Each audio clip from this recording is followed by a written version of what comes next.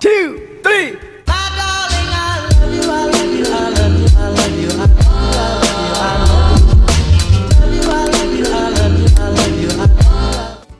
Assalamualaikum warahmatullahi wabarakatuh. Sebelumnya perkenalkan, nama saya Adinda Eka Fitria dari kelompok jaringan epitel kelenjar, dan ada beberapa anggota lagi yaitu Farhana Munawara, Marjal Istiqamah, Rahmat Rafsanjani, dan Safatul Fadila.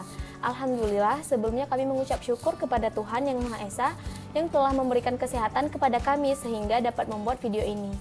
Kami dari Prodi Pendidikan Biologi Universitas Syah Kuala atau biasa lebih dikenal dengan USK. Video ini kami buat untuk memenuhi persyaratan mata kuliah struktur hewan kami dengan dosen pengampu Ibu Devi Syafrianti SPD MSI. Nah, jadi pada kesempatan kali ini kami akan membahas lebih tentang jaringan epitel kelenjar. Nah, ini merupakan bagan yang menggambarkan apa saja yang akan kita pelajari pada video kali ini. Nah, bisa kita lihat bahwa epitel kelenjar ini dibedakan secara umum menjadi dua, yaitu ada endokrin dan juga ada eksokrin. Nah, pembagian ini berdasarkan cara pengeluaran sekretnya. Nah, bisa kita lihat lagi bahwa eksokrin ini dapat dibedakan lagi, yaitu berdasarkan jumlah sel kelenjar yang bisa dibedakan menjadi dua, yaitu uniseluler dan juga multiseluler, dan dapat dibedakan berdasarkan cara pembentukan dan pelepasan sekretnya, yaitu dapat dibedakan menjadi tiga, yaitu ada merokrin, apokrin, dan juga holokrin. Lanjut ke slide penjelasan pertama. Apa sih itu epitel kelenjar? Jadi sebelumnya kita flashback sedikit dulu nih. Apa itu jaringan epitel? Nah, jaringan epitel adalah jaringan tipis yang menutupi semua permukaan tubuh yang terbuka. Fungsinya jaringan epitel antara lain itu membentuk kulit luar, lapisan dalam mulut, saluran pencernaan, kelenjar sekretori, dan lapisan bagian berongga dari setiap organ dalam. Berdasarkan lapisan penyusunnya, jaringan epitel ini dibagi menjadi beberapa jenis, tapi yang akan kami jelaskan sesuai dengan judul kami yaitu epitel kelenjar atau epithelium glandular. Jadi, jaringan epitel kelenjar adalah jaringan yang dibentuk oleh sel-sel terkhususkan dalam menghasilkan suatu sekret cair yang komposisinya itu berbeda dengan komposisi darah dan cairan intrasel. Proses ini disertai dengan sintesis makromolekul intrasel. Senyawa-senyawa tersebut biasanya itu disimpan dalam bentuk butir-butir kecil yang disebut granula sekretori. Adapun arti lain dari epitel kelenjar ini yakni sel epitel yang mampu mengeluarkan sekret disebut sel kelenjar atau epitolictus secretorius atau glandolictus. Jika sel-sel ini membentuk epitel, maka terjadilah epithelium glandular. Epitel ini bersama dengan jaringan lain dapat membentuk kelenjar atau glandula. Nah, jadi lanjut ke slide selanjutnya. Fungsi jaringan epitel kelenjar yakni mengeluarkan sekret. Jadi dapat dimaknai jaringan epitel ini berfungsi sebagai kelenjar dalam arti mampu menghasilkan sekreta untuk menyerap dan mengeluarkan zat. Epitel kelenjar ini berada pada pankreas, feromon, lidah maupun pada kulit. Di usus, jaringan ini menyerap nutrisi selama pencernaan berlangsung. Jaringan epitel di kelenjar mengeluarkan hormon, enzim, dan zat lainnya. Sebagian besar organ tubuh bagian dalam berisi kelenjar dalam satu atau bentuk lain dan hasil pemisahan itu mungkin didistribusikan secara luas. Berdasarkan cara menyalurkan sekretnya, kelenjar dikelompokkan menjadi tiga, yaitu kelenjar eksokrin, endokrin, campuran. Kelenjar berasal dari epitel permukaan, mempunyai kemampuan menghasilkan substansi. Berdasarkan hubungan dengan epitel permukaan dan cara penyebaran substansi yang dihasilkan itu, yang pertama itu kelenjar endokrin. Hubungan dengan epitel permukaan putus. Peredaran darah. Kelenjar endokrin yaitu kelenjar yang tidak memiliki saluran pelepasan, tampak seperti pada gambar di samping. Oleh sebab itu, sekretnya digetahkan ke dalam pembuluh darah atau pembuluh limfa dan dibawa ke seluruh jaringan tubuh. Sekret yang dihasilkan dinamakan hormon. Contoh kelenjar endokrin yaitu kelenjar tiroid. Kemudian ada kelenjar eksokrin yang akan dijelaskan lebih lanjut oleh Safatul Fadilah. Saya akan menjelaskan mengenai kelenjar eksokrin. Jadi, kita perlu mengetahui terlebih dahulu apa itu kelenjar eksokrin. Jadi, kelenjar eksokrin ini merupakan kelenjar yang memiliki saluran atau tidak memiliki saluran dalam pengeluaran sekretnya, di mana sekretnya ini akan dikeluarkan ke permukaan luar. Jadi, biasanya yang kita ketahui itu kelenjar eksokrin ini merupakan kelenjar yang memiliki saluran. Tetapi, jika kita tinjau lebih lanjut, maka ada juga kelenjar eksokrin yang tidak memiliki salurannya. Nah, nantinya kami juga akan menjelaskan bagaimana kelenjar eksokrin yang memiliki saluran dan bagaimana kelenjar eksokrin yang tidak memiliki saluran. Nah, selanjutnya saya akan membahas mengenai struktur dari kelenjar eksokrin. Jadi, struktur dari kelenjar eksokrin ini terdiri dari dua bagian, yaitu ada bagian saluran atau sering kita sebut ductus dan ada bagian kelenjar. Jadi, bagian saluran atau ductus ini dia berupa dinding sel tunggal yang tebal dan berbentuk kubus. Dia ini memiliki fungsi untuk membantu pergerakan sekresi.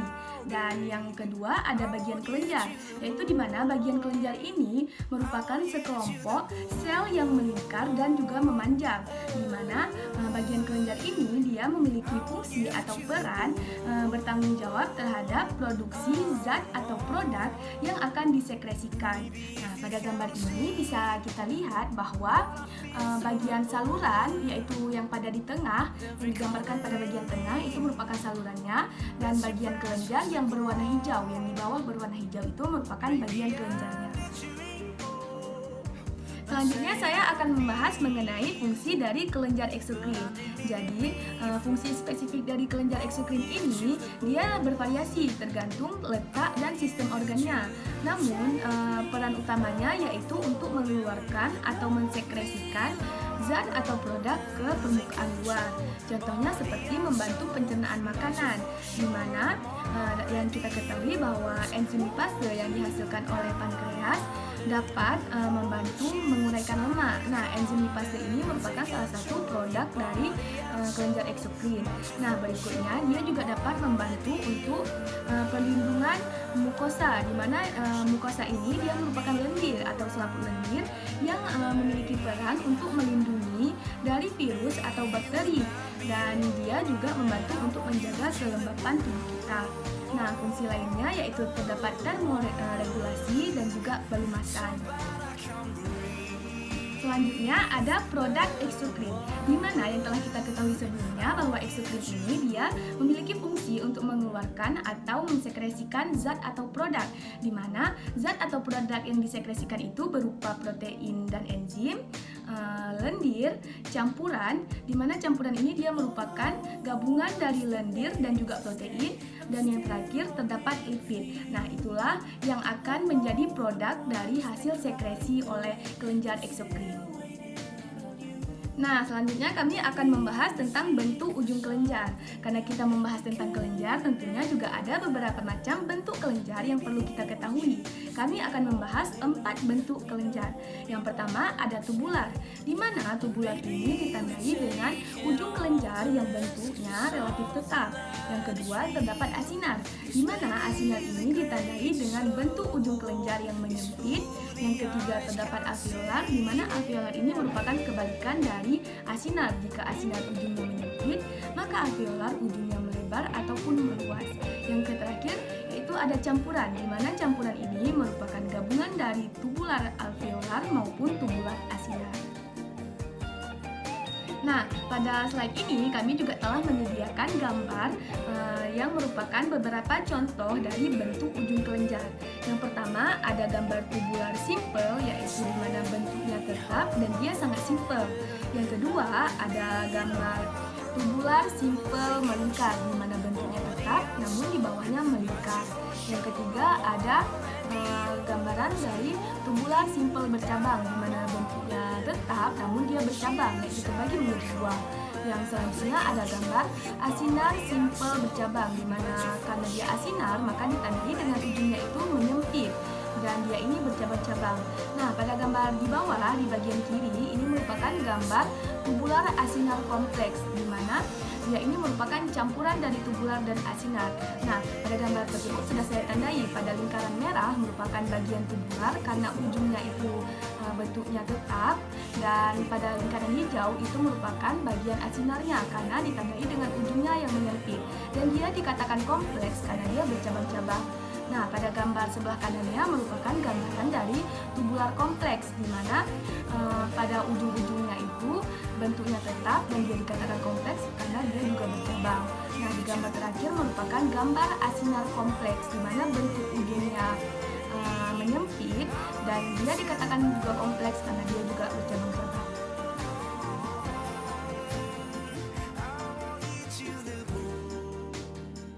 Selanjutnya terdapat kelenjar eksokrin uniseluler, Jadi kelenjar eksokrin uniseluler ini dia terdiri dari sel tunggal yang dikhususkan untuk melakukan sekresi, dan dia ini terletak di antara sel epitel lainnya yang bersifat non-sekretori.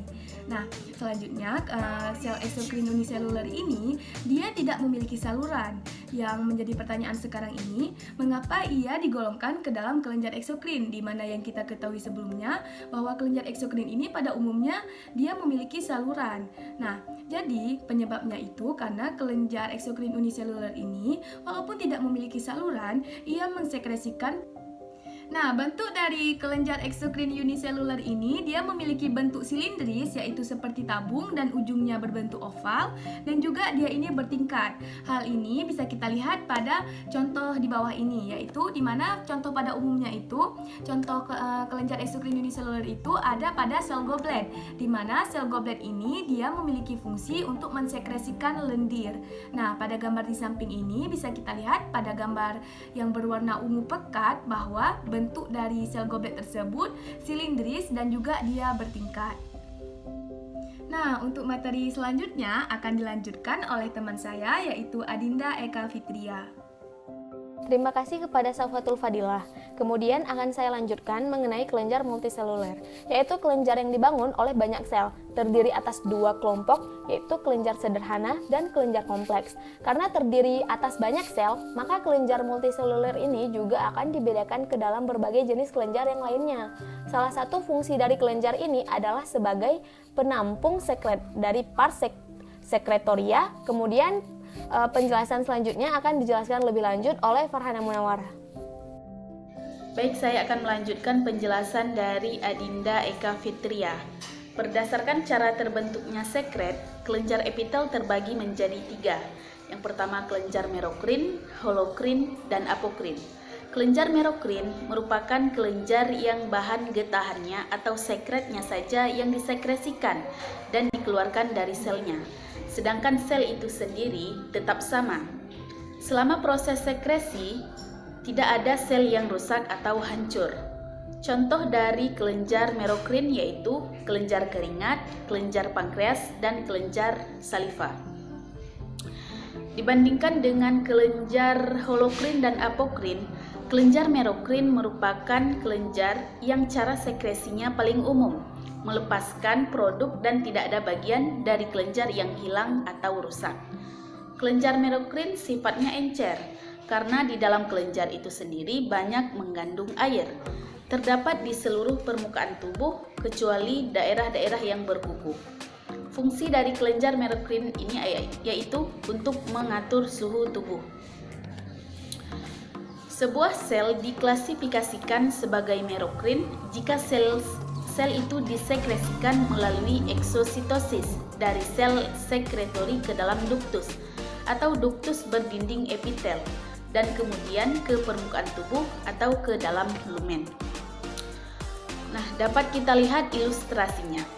Ini adalah kelenjar merokrin atau bisa disebut sebagai kelenjar ekrin. Ini semua adalah sel penghasil kelenjar. Aparatus Golgi yang menghasilkan sekret kemudian membentuk vakuola-vakuola yang berisi produk sekresi dari kelenjar tersebut, kemudian dikeluarkan. Yang mana yang dikeluarkan hanya produk sekresi dari kelenjarnya saja. Misalnya kelenjar keringat, hanya keringatnya saja yang dikeluarkan. Selanjutnya saya akan menjelaskan mengenai kelenjar apokrin. Kelenjar apokrin umumnya berada pada bagian tubuh yang memiliki banyak rambut. Kelenjar apokrin mengeluarkan keringat yang mengandung lemak dan bisa menjadi sumber bau.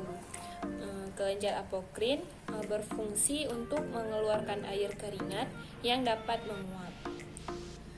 Sel yang diklasifikasikan sebagai tunas apokrin mengeluarkan sekresi mereka melalui membran plasma menghasilkan vesicula yang terikat membran ekstraseluler.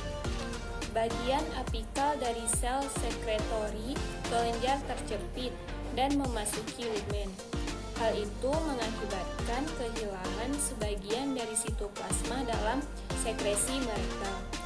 Sekresi terjadi ketika pelepasan bahan sekretori disertai dengan hilangnya sebagian sitoplasma. Sekresi apokrin tidak terlalu merusak kelenjar dibandingkan sekresi holokrin, tetapi lebih merusak daripada sekresi merokrin. Kelenjar apokrin lebih besar daripada kelenjar merokrin.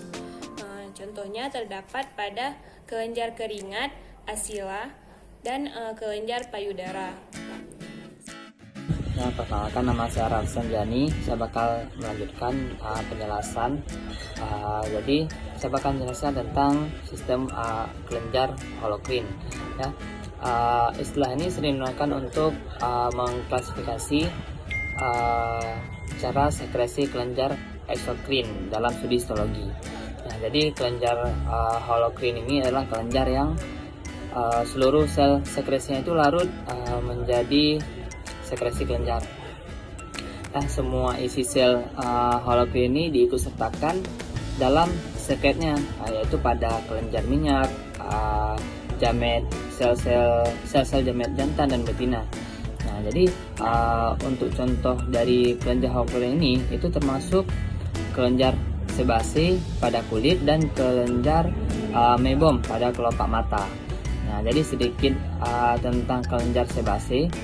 Kelenjar ini atau kelenjar sebase atau kelenjar rambut merupakan kelenjar holokrin yang terdapat hampir pada seluruh kulit tubuh kita. Sebase ini berhubungan dengan folikel rambut, biasanya terdapat pada sisi yang sama dengan otot penegak rambut. Nah, jadi setelah ini saya bakal menampilkan foto dari kelenjar holokrin. Ya, sekian, terima kasih, itu saja dari saya. Lebih kurang mohon maaf. Assalamualaikum warahmatullahi wabarakatuh. Sekian penjelasan dari kami. Apabila ada kesalahan, kami mohon maaf karena kami masih dalam proses belajar. Terima kasih. Assalamualaikum warahmatullahi wabarakatuh.